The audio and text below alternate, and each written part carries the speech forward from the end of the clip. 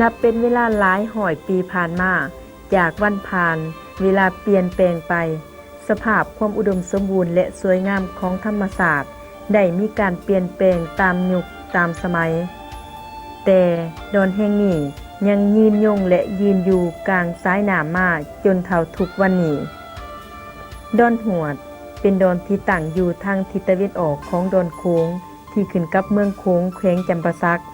โดยมีขนาดความกว้าง 1,800 กว่าเมตรและความยาว 3,000 กว่าเมตร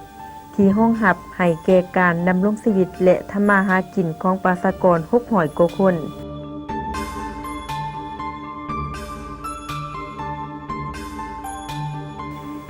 เป็นเวลาเกือบ300 ปีผ่านมาดอนแห่งนี้ได้ถูกตั้งชื่อว่าดอนหวดตามชื่อของจานหวดที่ได้มาตั้งหลักฐานที่ดอนแห่งนี้ในเวลาที่ถูกแต่งตั้งมารักษาดอนโค้งหรือเป็นเจ้าเมืองโค้งในเวลานั้น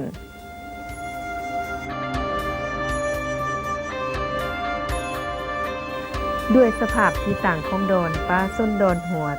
จึงได้ผูกพันกับธรรมศาสตร์มาเป็นเวลายาวนานซึ่งได้ยึดถือเอาการเฮ็ดนาเป็นอาชีพหลักการหาป่าเป็นปัญหาสำคัญนอกจากนั้นป่าส้นยังมีความรู้มันขยันเพียรในการปลูกพืชสำรองเลี้ยงสัตว์เป็นหมูเป็ดไก่และอื่นๆอาจเว้าได้ว่าชีวิตการเป็นอยู่ของป่าส้นในดอนแห่งนี้แม่นขึ้นโดยกงกับปริมาณของป่าในน้ำกบพืชและผักชนิดต่างๆที่เป็นผลิตภัณฑ์จากธรรมชาติแต่การดำรงชีวิตที่พึงพาแต่ทรัพยากรทางธรรมชาติโดยขาดความดุลเดียงระหว่างการนำใส่และการปกปักรักษาจึงเป็นสาเหตุให้ทรัพยากรทางธรรมชาตินับมือนับบกแห่งไปดังนั้นด้วยความหักและหวงแหนในดินแดนบ้านเกิดแห่งนี้บวกกับความสามัคคีเป็นเอกภาพของการจัดตั้งและป่าชนภายในบ้านดอนหวดจึงเกิดมีแนวความคิดและการจัดตั้งปฏิบัติปกปักรักษาทรัพยากรธรรมชาติโดยการวางข้อกำหนดกฎระเบียบของบ้าน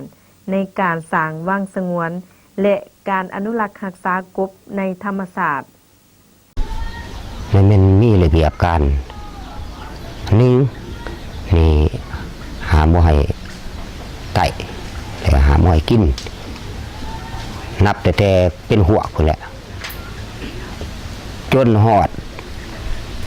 เดือนเข้าเหล้าเดือน10เหล้าจังเปิดให้กินเพราะว่ายันมันจะสูญพันธุ์ไปอย่างนั้นนั้นมันพอเฮาก็ได้เฮ็ดเป็นแผนได้พระสมาธิกันอนุรักษ์96ไปเริ่มลงปุกระดมลูกหลานเฮ็ดจากนั้นเฮ็ดวังสงวนถูกต้องแล้วได้เสนอทั้งเมืองทั้งคณะกรรมการเพิ่นพันหินดีพอเฮาก็ได้เฮ็ดคันเฮ็ดมาถือว่ามันมีผลบาดเลยคันมีผลแล้วป่าก็มีขึ้นมาเป็นข้าวหนามความกินก็พอได้กินพริกพ้นต้นหมากตามปลูกฝังของเขาก็ได้มากก็สิได้แต่ป้าบ่บัดนี้ทั้งกบในหน้าก็บ่มีได้เวลานั้นเขาขายกันน้อยๆเท่านิ้วมือนี่ก็เอาไปเป็นกิโลขายกันผุ่นไปขายบ่อนอื่นๆผุ่นจนเน่าจนแต่มดเหยียบทิ่มไปก็มีอันมันเน่าผู้ค้านี่เราไปเห็นมาบ่ได้เลยดิเป็นหน้าสังเวชเลยน้อยๆก็เอามากันมาขายตีกันเป็นโลคันเฮาอนุรักษ์ไว้ให้ตัวเนี่ยยังมาขายได้ประโยชน์ผู้กินก็สิแซ่บผู้ขายก็สิได้จากการริเริ่มในเบื้องต้นได้กลายเป็นบันไดแห่งการก้าวไปสู่ความสำเร็จก็คือการคืนความอุดมสมบูรณ์ให้แก่ธรรมชาติ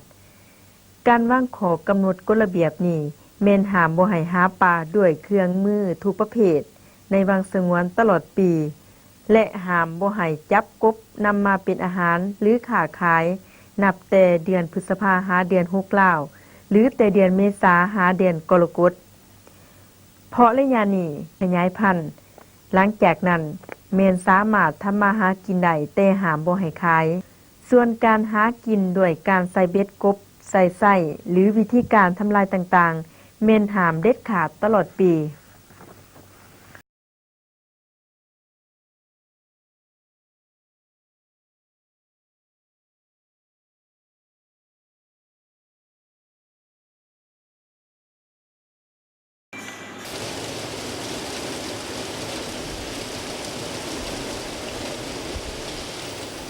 สายฝนในเดือนเมษา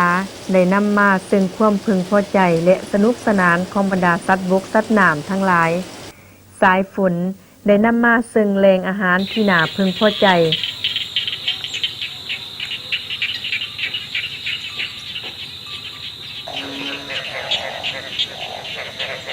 ตามพื้นป่าและบริเวณท้องทุ่งนาต้นไม้ใบหญ้าและบรรดาพืชน้อยใหญ่ทั้งหลายต่างก่ออากีบเบ่งบานต้อนรับสายฝนที่มาเยี่ยมเยียนอีกครั้งใหม่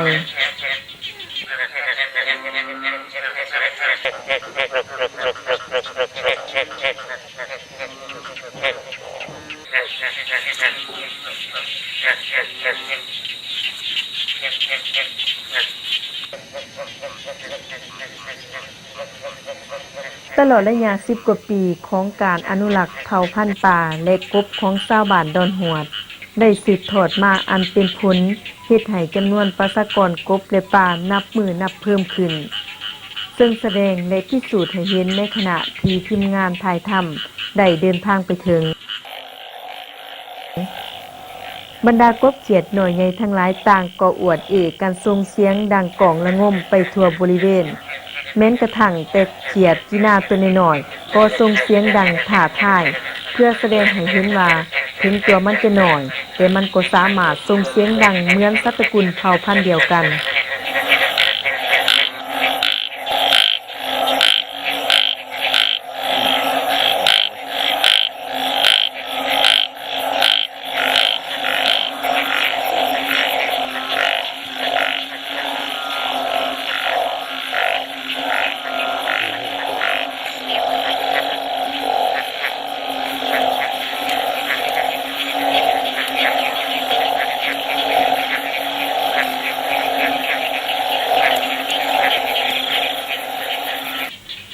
กบ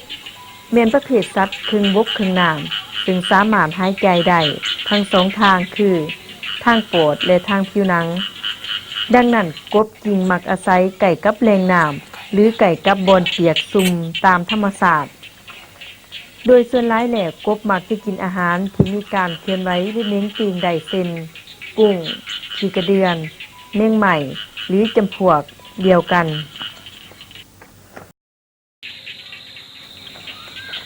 ด้วยธรรมชาติที่ได้แบ่งปันกบตัวผู้จะน้อยกว่าตัวแม่และตัวผู้จะมีกล่องเสียงอยู่ด้านลุ่มของคางทั้งสองข้างและมีสีเหลืองเข้มซึ่งจะพบเห็นได้ในช่วงฤดูผสมพันธุ์ส่วนตัวแม่จะบ่มีกล่องเสียงอยู่ลุ่มข้างส่วนท้องกว้างกว่าลำตัวโดยเฉพาะแล้วแม่นช่วงฤดูผสมพันธุ์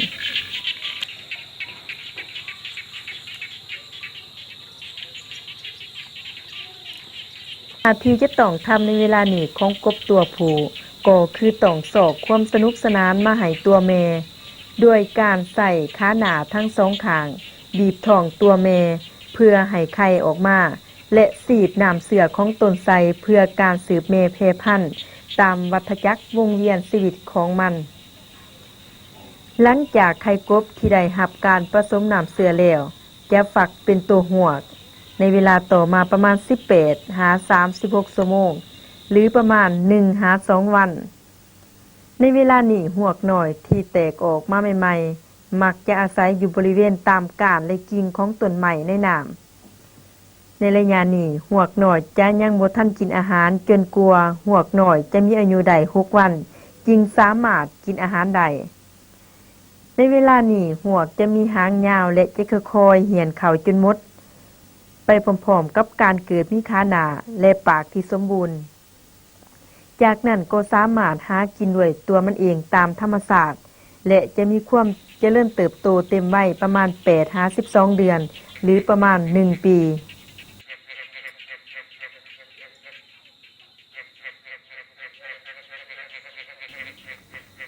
ระบบนิเวศทั้งธรรมชาติแม้ได้สร้างความสมดุลขึ้นมาด้วยตัวมันเองและมีการเกื้อกูลซึ่งกันและกันแต่มนุษย์นี่เองเป็นผู้ทำลายสภาพแวดล้อมของธรรมชาติซึ่งเปรียบเสมือนการทำลายแหล่งทำมาหากินของสัตว์นั่นเองกบก็เหมือนกับสัตว์ประเภทอื่นที่มีจำนวนลดน้อยถอยลง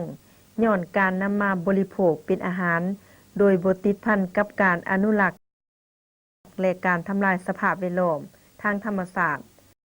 ด้วยเหตุดังกล่าวจึงมีการเพาะพันธุ์และการเลี้ยงกบเพื่อสนองตอบความต้องการของตลาดบริโภคให้เพียงพอกับความต้องการ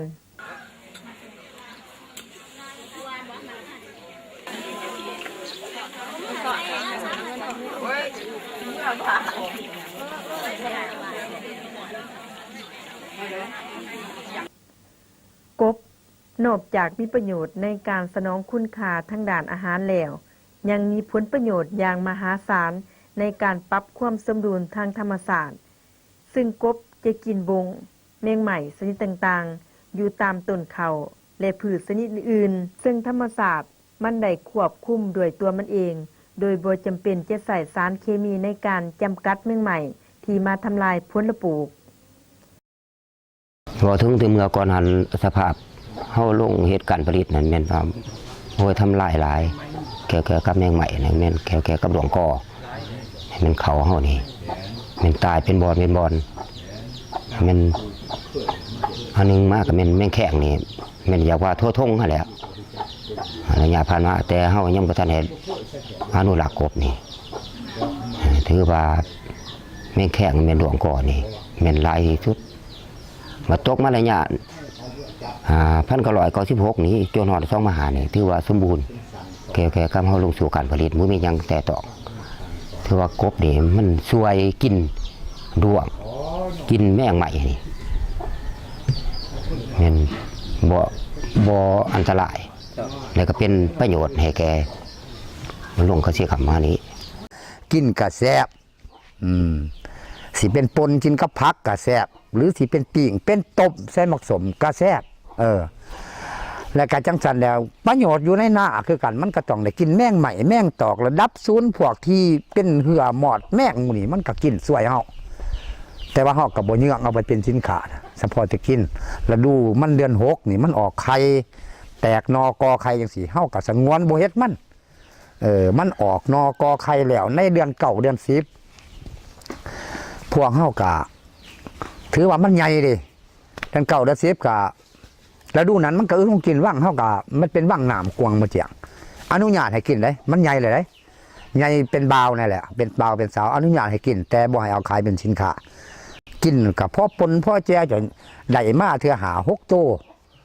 ในการออกให้งานแหละให้เฮาได้กินแต่บ่แม่นยังเอาไปขายปลาส้นก็ได้กินได้อย่างน้ำขนามาแต่คำแต่หน้าหรือว่าอนุญาตคันไปเห็นก็โอ้ยไปยังกินเฮาก็ติดตามเบิ่งเขาก็ไปกินได้มากินอีหลีเขาบ่ขายแล้วก็คันขายอันอื่นเขาหาขายผิดผลต้นใหม่